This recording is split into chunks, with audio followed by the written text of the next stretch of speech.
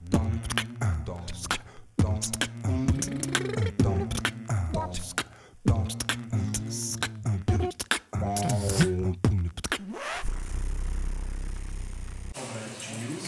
onda ti možeš neki objekt usati, ali ga ne možeš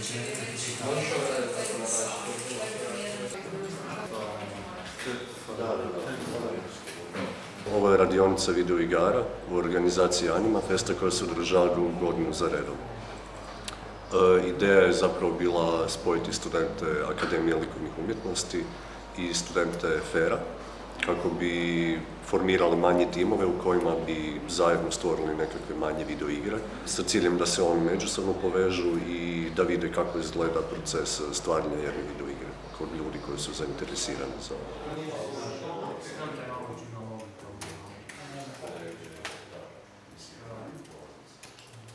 Evo sad radimo nekakav level design za našu igricu, naša ekipa. Podijelili smo se po četvero u 4 grupe i ništa.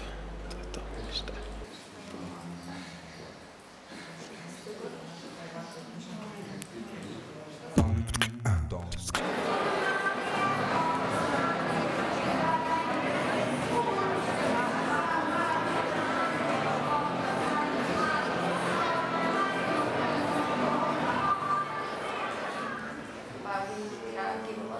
My name is Radonić and I am Bulgarian by origin, but I live in Canada.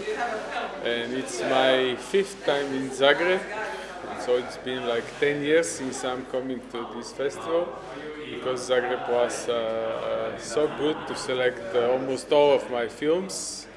So volim te Zagreb. My film is called Gloria Victoria this year, and it's in the competition 3, and it's a film, it's an abstract, non-narrative film, but it's film against the war and against the hate.